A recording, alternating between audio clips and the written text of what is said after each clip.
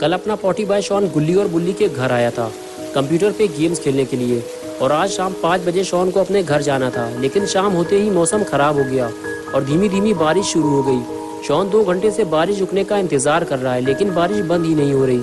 Shawn ने अब फैसला कर लिया है, वो अब अपने घर जा रहा है। पता नहीं ये बारिश कब रुकेगी, और बारिश अभी इतनी तेज नहीं है कि शॉन घर ना जा सके।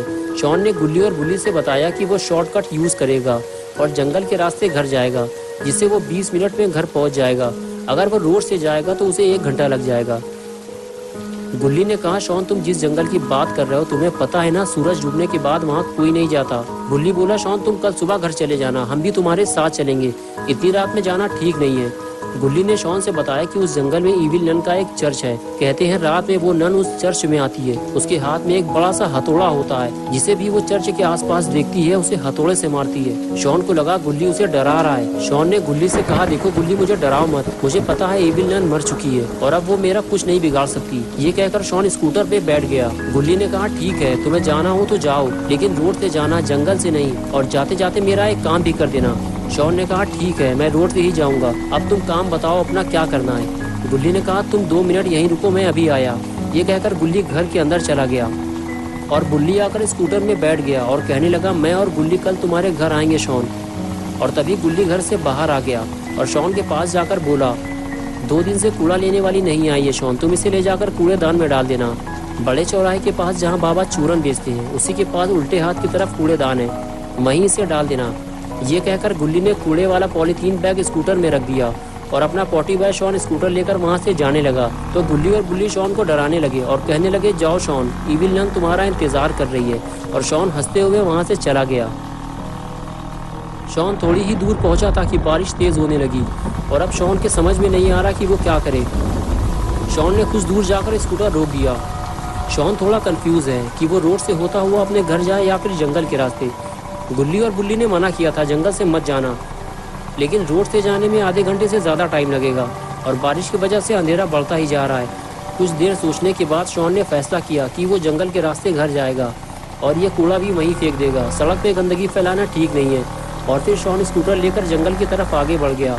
शॉन इससे पहले कभी भी इस जंगल के रास्ते अपने घर नहीं गया। आज पहली बार वो इस जंगल से होता हुआ अपने घर जाएगा, लेकिन शॉन की बेवकूफ़ी कहीं उसे भारी न पड़ जाए। जंगल के अंदर आने के बाद शॉन ने स्कूटर रोका और नीचे उतरकर आसपास देखने लगा। तभी शॉन को कुछ दूर सामने एक पेड़ गिरा हुआ दिखाई दिया। शॉन को लगा बस यही सही जगह है, मुझे यहीं कूड़ा डालना चाहिए। शॉन ने स्कूटर को स्टैंड पे खड़ा किया और कूड़े वाला पॉली बैग लेके आगे बढ़ गया। शॉन ने उस गिरे हुए पेड़ के पास जाकर कूड़ा डाल दिया, लेकिन तभी शॉन को वहाँ कुछ हलचल महसूस हुई। शॉन को ऐसे लगा जैसे उसके साथ वहाँ कोई और भी मौजूद है, लेकिन दिखाई तो कोई भी नहीं दे रहा। शॉन को लगा कहीं कोई जानवर तो आसपास नहीं है। शॉन ने जल्दी से टॉर्च निकाली और आगे बढ़कर देखने लगा, लेकिन चारों तरफ देखने के बाद भी शॉन को कोई जानवर दिखाई नहीं दिया। लेकिन फिर वो आवाज़ कैसी थी? शॉन ये सब सोच ही रहा था कि तभी किसी चीज़ की आवाज़ ने शॉन को डरा दिया। शॉन ने जब पलट कर देखा तो उसका स्कूटर गिरा हुआ था। किसी ने उसका स्कूटर गिरा दिया था। शॉन स्कूटर के पास जाकर बोला, कौन है यहाँ, किसने मेरा स्कूटर गिराया है? तुम जो भी हो, मैं तुम्हारी इन छोटी मोटी हरकतों से डरने वाला नहीं हूँ। लेकिन शॉन को जब इन सवालों का कोई जवाब नहीं मिला तो शॉन ने वहाँ से निकलना ही बेहतर समझा। शॉन अब इस जंगल के रास्ते अपने घर नहीं जाना चाहता। वो रोड से होते हुए घर जाएगा, लेकिन अब एक नई मुसीबत आ गई है। ये स्कूटर अब स्टार्ट नहीं हो रहा। गुल्ली का ये स्कूटर काफ़ी पुराना हो गया है। गुल्ली को अब इसे बेच देना चाहिए। शॉन की लाख कोशिशों के बाद भी जब स्कूटर स्टार्ट नहीं हुआ तो शॉन ने उसे खड़ा करना ही बेहतर समझा। लगता है आज की रात शॉन को इसी जंगल में गुजारनी पड़ेगी। इस जंगल में बहुत अंधेरा है और पॉटी बॉय शॉन बिल्कुल अकेला है। शॉन को अब डर लगने लगा है। बारिश काफ़ी तेज़ है और शॉन काफ़ी देर से भीग रहा है। उसे अपना सर छुपाने के लिए कोई जगह ढूंढनी होगी, वरना शॉन बीमार पड़ सकता है। इसलिए वो जंगल की तरफ आगे बढ़ने लगा। शॉन जिधर भी टॉर्च मारकर देखता बस उसे छोटे बड़े पेड़ दिखाई दे रहे थे। बारिश में पेड़ के नीचे खड़े होना खतरे से खाली नहीं है। शॉन को कोई और जगह ढूंढनी होगी।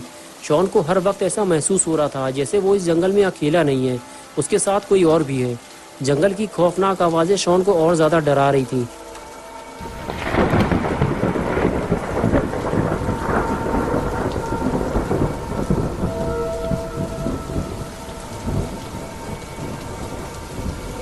कुछ दूर चलने के बाद आखिर शॉन को वो पुराना चर्च मिल गया जिसके बारे में गुल्ली ने शॉन को बताया था। शॉन अंदर जाकर उस चर्च को देखने लगा। उस चर्च को देखकर ही ऐसा लग रहा था कि वो कोई नॉर्मल चर्च नहीं है। उसके चारों तरफ कब्रें बनी हुई थी, या यूँ कहे कि कब्रिस्तान के बीच में एक छोटा सा चर्च बना हुआ था। पूरे जंगल में बस यही एक ऐसी जगह थी जहाँ शॉन भीगे बिना पूरी रात गुजार सकता था। शॉन अंदर जाकर चर्च को देखना चाहता था, लेकिन चर्च के दरवाजे इस तरह बंद किए गए थे कि कोई अंदर ना जा सके। शॉन आसपास की जगह और कब्रों को टॉर्च मारकर देखने लगा कि इस जगह रात गुजारना ठीक रहेगा या नहीं। और फिर तभी शॉन को गुल्ली और बुल्ली की सारी बातें याद आने लगी। गुल्ली ने शॉन को बताया था कि इस जंगल में एक चर्च है जो कि ईविल नन का है और वो रात में वहाँ आती है। शॉन को अब डर लगने लगा है, कहीं गुल्ली की कही हुई बात सच ना हो जाए। शॉन अब कोई नई मुसीबत में नहीं फंसना चाहता, इसलिए वो यहाँ से जा रहा है। ये जगह कुछ ठीक नहीं लग रही। शॉन को रात गुजारने के लिए कोई और जगह ढूंढनी होगी।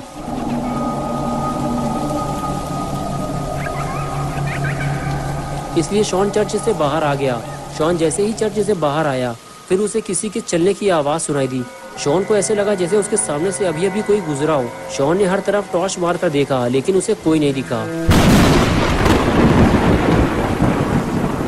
शॉन टॉर्च लेकर आगे बढ़ गया। कुछ दूर जाने के बाद शॉन को एक पुराना कुआं दिखाई दिया, जिसे सालों से किसी ने इस्तेमाल नहीं किया था। वो एक वीरान कुआं था। शॉन उस कुएं के करीब पहुंचकर उसे देखने लगा। पूरा कुआं काला पड़ चुका था और उसे देखकर ही डर लग रहा था। तभी कुएं के अंदर से आती आवाज ने शॉन का ध्यान अपनी तरफ खींचा। शॉन टॉर्च मारकर कुएं के अंदर देखने लगा। टॉर्च मारते ही आवाज और तेज होने लगी, जिसकी वजह से शॉन का शक यकीन में बदल गया कि कोई तो इस कुएं में जरूर है। शॉन कुएं में टॉर्च मारकर देखता रहा, लेकिन अंधेरा होने की वजह से उसे कुछ भी ठीक से नहीं दिखाई दे रहा था।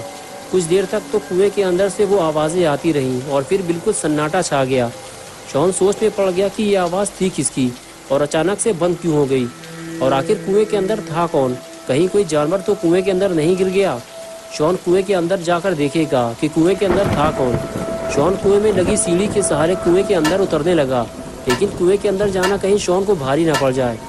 शॉन जैसे जैसे नीचे उतरता जा रहा है, वैसे वैसे अंधेरा भी बढ़ता जा रहा है,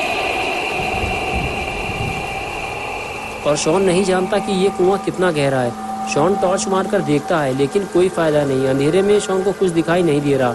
शॉन को अभी और नीचे जाना होगा, लेकिन कुएं के ज़्यादा अंदर जाना शॉन के लिए खतरा बन सकता है। दम घुटने से शॉन की मौत भी हो सकती है। लेकिन ये क्या, सीढ़ी के कुछ स्टेप्स टूटे हुए हैं। अब शॉन और नीचे नहीं जा पाएगा। अगर शॉन ने ज़बरदस्ती नीचे उतरने की कोशिश की तो हो सकता है शॉन सीढ़ी से नीचे गिरकर कुएं में डूब जाए। कुछ देर रुकने के बाद शॉन ने कुएं से बाहर निकलना ही बेहतर समझा और वो सीढ़ी के सहारे बाहर निकलने लगा। शॉन कुएं के अंदर अकेला आया था, लेकिन कुएं से बाहर वो अकेला नहीं जाएगा। कोई और भी है जो शॉन के साथ साथ कुएं से बाहर निकलने वाला है।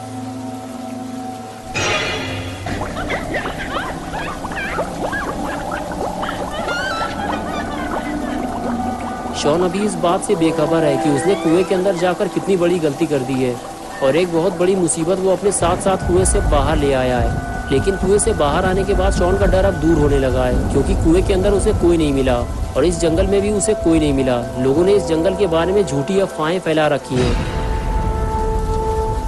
इस जंगल में आना और चर्च में जाना बिल्कुल सेफ है, इसलिए आज की रात शॉन चर्च में गुजारेगा।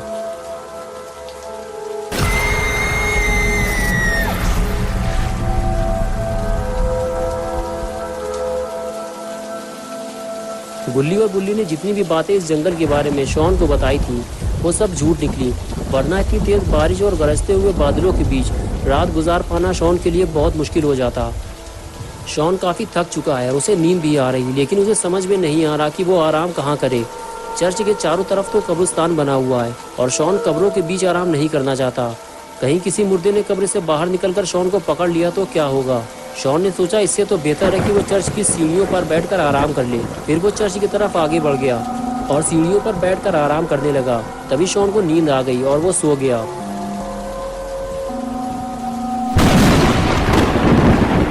और तभी एक जोरदार बिजली चमकी और सारा माहौल बदल गया।